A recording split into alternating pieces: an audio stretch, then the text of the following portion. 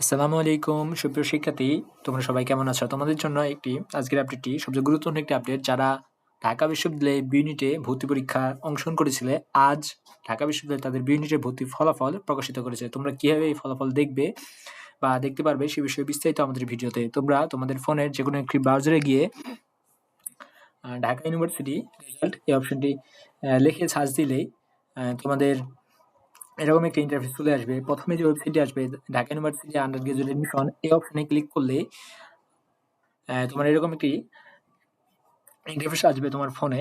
তো সেখানে তোমার এইচএসসির রোল নাম্বার এবং বোর্ড এইচএসসি রোল নাম্বার এবং বোর্ড দিয়ে তুমি সাবমিট করে লগইন অপশন ক্লিক করলে তোমার রেজাল্টটি তুমি শো করতে পারবে, তোমায় দেখতে দেখাবে।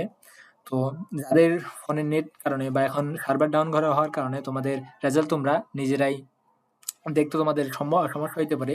তো তোমরা দয়া করে তোমাদের এসএসসি রোল এবং বোর্ড আমার কমেন্ট বক্স করে দাও। আমি তোমাদের রেজাল্ট যত তাড়াতাড়ি সম্ভব তোমাদের কাছে পৌঁছে দেব। সকলকে শুভকামনা তোমাদের প্রত্যাশিত রেজাল্টের জন্য।